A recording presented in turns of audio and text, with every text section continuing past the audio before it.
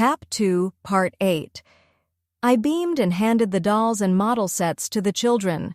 Before leaving, my mother reminded me, "Don't forget about your aunt's 60th birthday."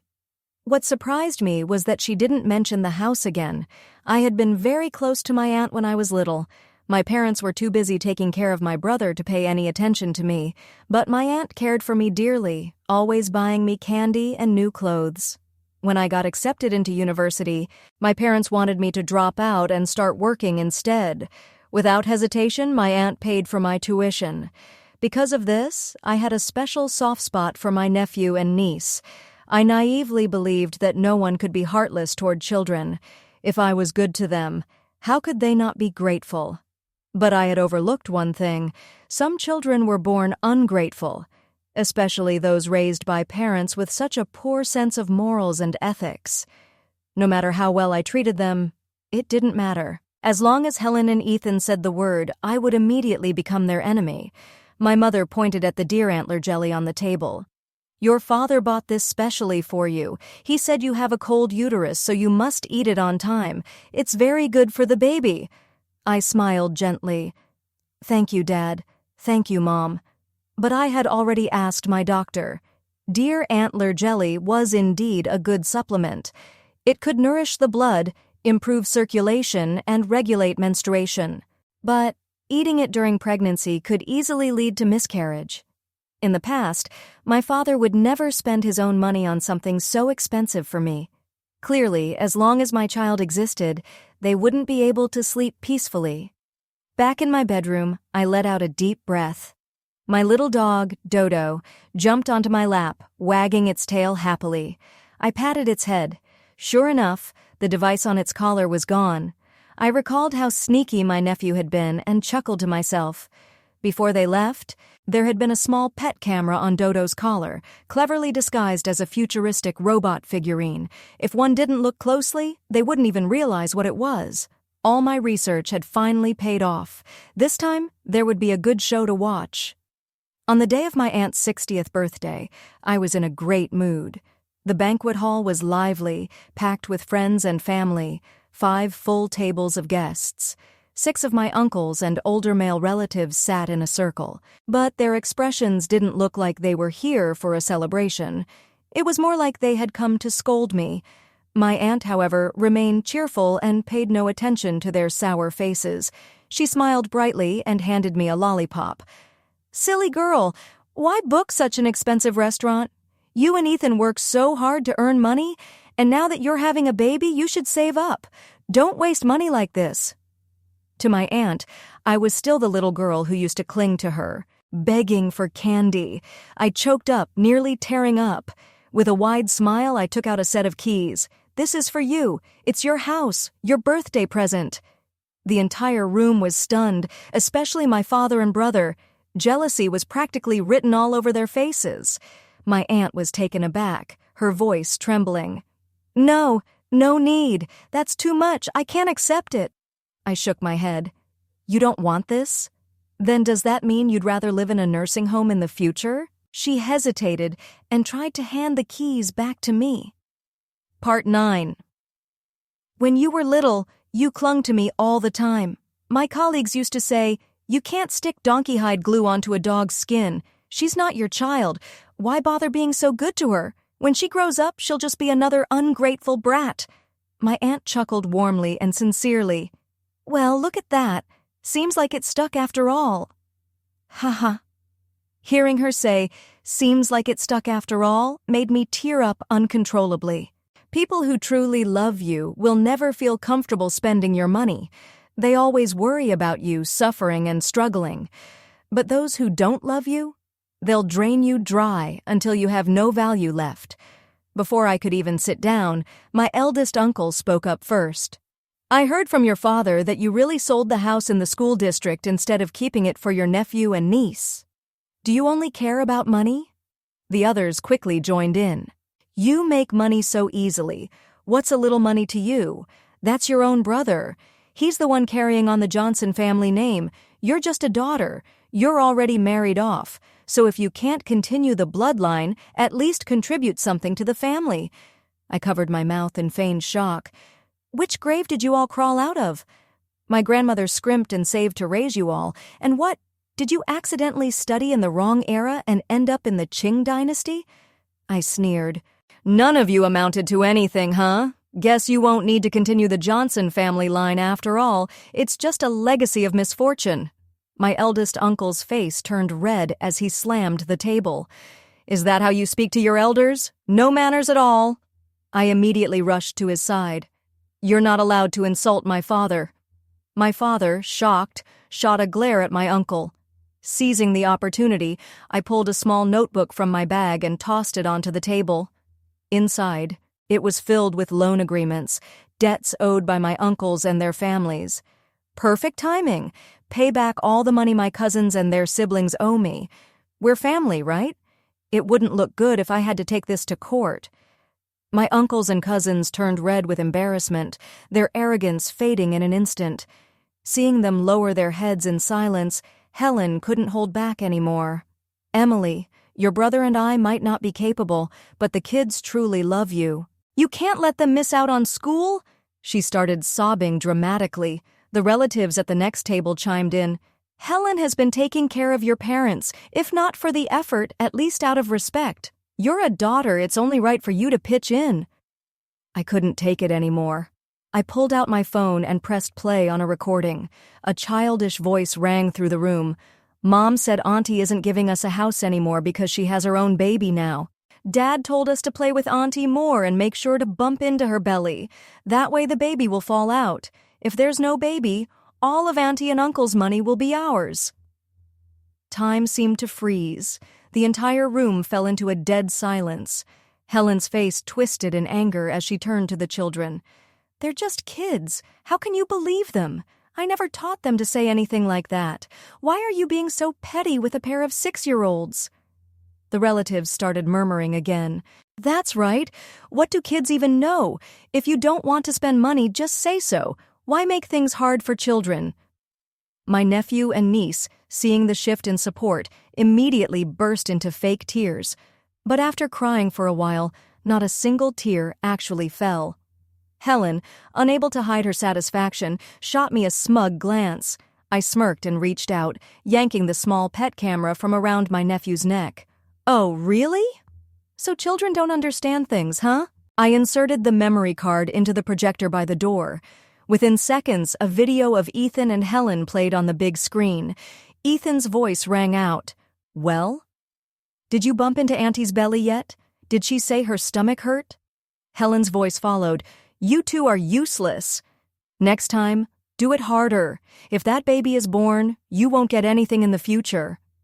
The relatives and guests fell dead silent, suddenly pretending to focus on their food. Ethan's face flushed red with fury. In a fit of rage, he grabbed a bottle of wine and hurled it at me. I was furious. I picked up a plate of hot food and flung it straight at his face. He howled in pain from the burns and immediately lifted his foot to kick me in the stomach. Then, thud, Ethan was sent flying backward. Part 10. I turned around. It was Ethan. This was the first time I had ever seen Ethan hit someone like that. With his nearly 1.9-meter height, he was terrifying when angry. Ethan had always been a bully who only picked on the weak, but now he looked like a frightened dog facing a wolf. His face drained of color as he panted on the floor. Ethan's eyes were bloodshot, and he was still holding 2 bottles of Mau Tai liquor in his hands. I just stepped out to get some wine and you're already arguing with him. My aunt rushed over. Emily, don't get worked up. It's not good for the baby. Let me check if you're hurt anywhere. I couldn't hold back my tears. I'm sorry, Auntie. I ruined your 60th birthday celebration. I don't feel well. Ethan and I will leave now. Before leaving, I took advantage of a moment when my aunt wasn't paying attention and secretly slipped the house keys into her pocket. She had always been so kind. How could I let her suffer? As long as I was alive, I would never let her spend her old age alone. Before I knew it, my little one had reached 4 months. Ethan and I were at the hospital for a prenatal checkup when my mother called. Your brother seriously injured someone and has been arrested by the police. The other party is demanding $5 million in compensation, or else he'll be locked up for life. I knew this day would come sooner or later. I just didn't expect it to come so soon. My mother sobbed uncontrollably. Emily, this is your brother's entire future at stake. 5 million is nothing to you. You must save him, I sneered. What, another drunken brawl with his loser friends? No, it's not that. There was something hesitant in my mother's voice. Unable to withstand my pressing, she finally spilled the details, and once I heard them, I nearly threw up all over Ethan. Part 11. My brother was caught cheating, red-handed. He and Victor in broad daylight were engaging in indecent acts when Victor's wife, Linda, walked in on them. Unable to handle the shock, Linda lost control and threatened to expose everything online. My brother grabbed a fruit knife and stabbed her 6 times in the face. 2 of those stabs went straight into her eyes. By the time she was rushed to the hospital, the knife was still embedded in her face. It was too late. Her face was permanently disfigured. The worst part? Both of her eyeballs had to be completely removed. My father stood by roaring, "Find the best lawyer for your brother!" The most expensive one. I clenched my teeth in hatred. Ethan was nothing but human scum. Whether he rotted in prison or not, he deserved it. I felt sorry for Linda. Her life was completely ruined. I responded coldly, "Don't worry, I'll get him the most expensive lawyer." After hanging up, I immediately hired the best attorney in Jiangning for Linda. Linda had stated that if my family paid her 5 million, she would sign a document forgiving my brother. That way, even if he wasn't released, his sentence could be reduced by a few years. I had my lawyer tell her, "Under no circumstances should you agree to a settlement. Make sure he gets the punishment he deserves. 5 million was the least she deserved. I would pay her that amount, and once it was over, I would compensate her with an extra 1 million. On the day of the trial, I invited a whole fleet of reporters. During the hearing, Linda changed her statement. She refused the compensation and insisted my brother face the full legal consequences for his crime. My brother lost control and flew into a rage right there in court. "You rotten woman. So what if you lost your damn eyes? Once I get out, I'll kill you." Because of the severity of the case, it quickly became a sensation online. To avoid being harassed by my parents and Helen, I stayed out of sight for a while. I took a month-long trip with my close friends to an island resort. When I returned, they were waiting for me right outside my apartment complex. In just 1 month, my father's hair had turned completely white. He wore a Zhongshan suit, looking like a wolf in sheep's clothing. He glared at me furiously and bellowed, "Something this huge happened to our family. And where the hell were you, Emily? How did you become like this?" I casually adjusted my sunglasses, completely unfazed. Good question. How did I become like this? Take a wild guess. My mother signaled Helen, who immediately dropped to her knees, clutching her belly. Her stomach looked much smaller than that of a normal 5-month pregnant woman. "Emily, you're about to become a mother yourself. For the sake of your nephew, niece, and this unborn baby, please, go talk to Linda again. If 5 million isn't enough, offer her 10 million. Money isn't an issue. You can't just let your brother's life be ruined. This child can't grow up without a father." I laughed. "Wow, that's easy for you to say. Money isn't an issue? Who gave you the right to say that? Have you even earned 5 million in your entire life? What a shameless couple." My father grabbed my arm forcefully. "Emily, I'm telling you, if you don't save your brother, don't expect your child to be born safely either. We'll block you at your doorstep every single day, unless you plan on never leaving the house again. You want to abandon us and live your life peacefully? Over my dead body." Helen dropped the act entirely. She stood up, dusted herself off, and smirked. The neighbors began whispering, "That family is full of leeches. They won't even leave their pregnant daughter alone." "Hey, isn't that the father of the notorious criminal all over the internet? Like father, like son, no wonder he turned out this way." My father's face turned pale. His grip on my wrist slowly loosened. I pulled out my phone to call the police, but then I noticed something was wrong with Helen. She looked panicked as she lowered her gaze to check herself. Blood. It was soaking through her pants. Her trousers were completely drenched, clinging to her legs, her shoes and socks stained with a horrifying red. Part 12. My mother panicked. "Oh no! My grandchild, there's so much blood, there's no way the baby will survive." Even my father was shaken. It took him a while to stammer out, "Shut your damn mouth. Stop cursing. Call an ambulance. We must save my grandson." My mother shoved him aside, her voice trembling. "How did this happen? Wasn't she still taking supplements? What kind of medicine did you prescribe?" My father pushed her to the ground. "I only gave her the best medicine. Who knows what the hell she took by mistake?" I smiled. "Impossible. I only swapped my supplements with hers in the kitchen because I felt bad for her.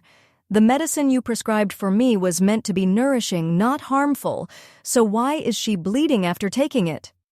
My father looked like he'd been struck by lightning. He clutched his chest and collapsed onto the ground. The ambulance arrived quickly. Helen, her voice weak, accused me. "Emily, you killed my baby! You evil woman! You'll get your karma!" I rolled my eyes, turned my back on her, and walked away, resting a protective hand on my belly. You reap what you sow. Those with malicious hearts always face their judgment sooner or later. Ethan's trial dragged on for over 2 months. In the end, he was sentenced to 20 years in prison. The day I visited the prison to mock him, he was still as arrogant as ever. "Emily, what kind of lawyer did you hire? You're useless. What's the point of having money if you can't use it properly? There's nothing money can't fix. If you weren't so damn stupid, I'd be out of here already," I replied casually, unbothered. "Did you hear? Your wife left you?" He scoffed. "She's carrying my child. Where the hell would she go? Who would want an old hag like her?" I raised an eyebrow. "The baby was lost 2 months ago. You didn't know?" After that day, my parents had been calling me constantly, begging for my help. I hadn't told Ethan about it earlier because I didn't want him to lose control and do something reckless. But in prison, there was no way he could cause trouble anymore. So why shouldn't he know? He went silent for a moment before suddenly flashing a sinister grin. "My dear sister, my good sister, get me out of here. I know I was wrong. I'll make it up to you, double, no, triple." I raised an eyebrow.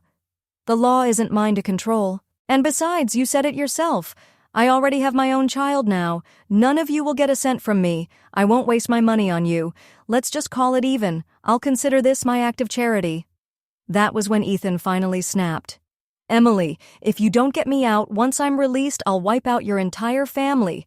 I'll make sure your child ends up the same way mine did," I gasped in mock fear. "Oh no!" Threatening to kill people again? That temper of yours. "What if you get into more trouble in prison?" I let out a dry laugh before continuing.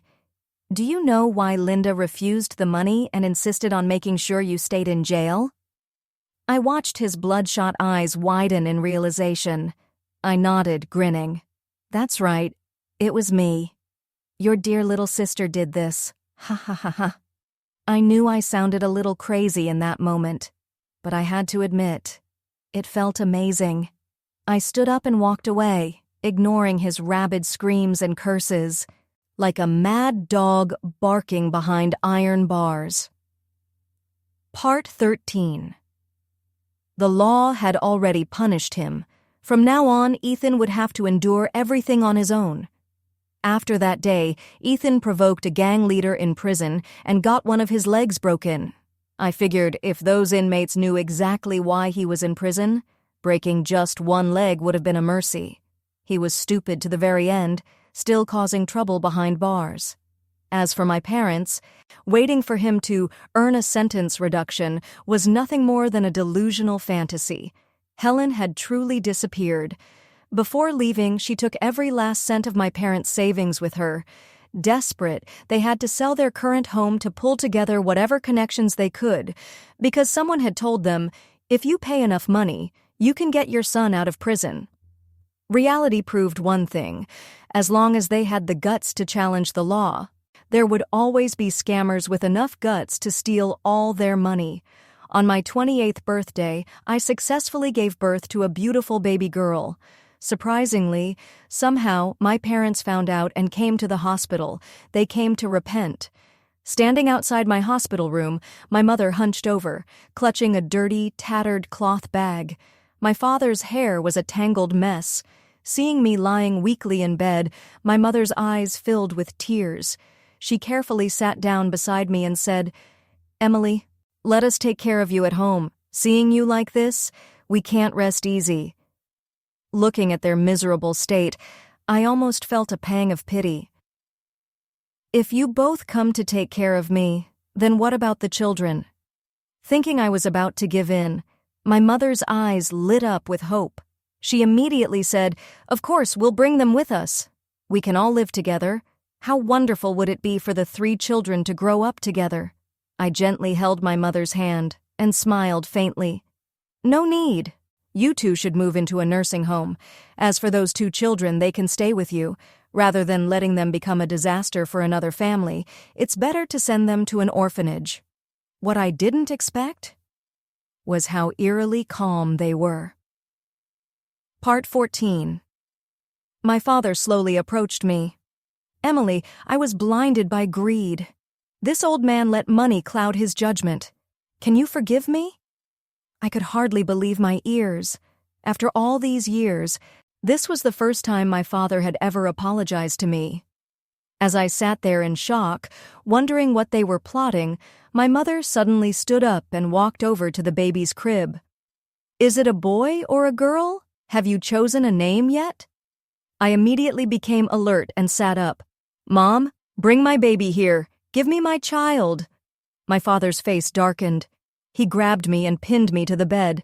"Emily, don't blame us for being cruel. We've thought this through. Only if this child is gone, will you be able to raise your nephew and niece as your own?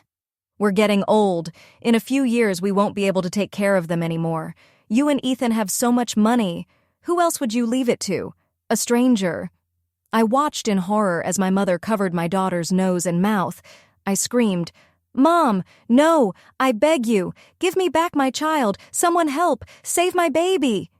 My mother hesitated for a second, but her grip only tightened. My father grew impatient and barked, "Hurry up!" I screamed in desperation, "Help! My baby! My baby!" Then, the door suddenly burst open. "Honey, why are you shouting? Our daughter is right here." Ethan stood in the doorway, one hand holding a baby bottle, the other cradling our daughter, breathing heavily.